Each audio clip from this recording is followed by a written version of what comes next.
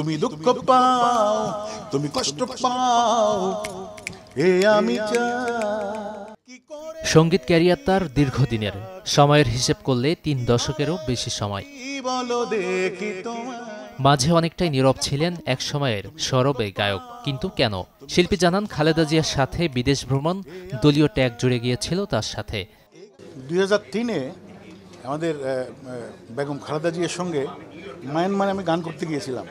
2008-এ আমি একটা প্লটের জন্য অ্যাপ্লাই করেছিলাম। তো 3-তে যেহেতু আমি খালেদা জিয়ার সফর সঙ্গে হয়েছিলাম আমাদের বেগম খালেদা জিয়ার, সেক্ষেত্রে আমাকে আর প্লট দেওয়া হয়নি।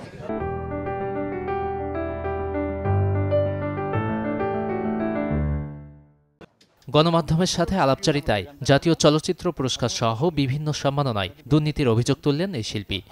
বলেন, শিল্পীরা সবার, তাদের কোনো দলের হয়ে কাজ করা ঠিক নয়। আমি একটা চলচ্চিত্রে সঙ্গীত পরিচালক হিসেবে কাজ করেছিলাম। সিনেমার নাম ছিল পুত্র এখন পয়সাওয়ালা। তো ডিরেক্টর ছিলেন নার্গিস আক্তার, জাতীয় পুরস্কারপ্রাপ্ত।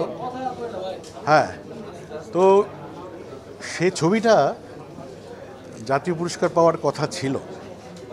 তো কে যেন বলেছেন জুরি রিপোর্টে যে উনি তো বিএনপি করেন। এই জাতীয় পুরস্কারটা যেখানে বিতর্কিত, সেখানে অন্যান্য অ্যাওয়ার্ড তো বিতর্কিত আছে। একটা সিন্ডিকেট আছে অ্যাওয়ার্ডের ব্যাপারে, যার যার পছন্দ তাকে অ্যাওয়ার্ড দিবে।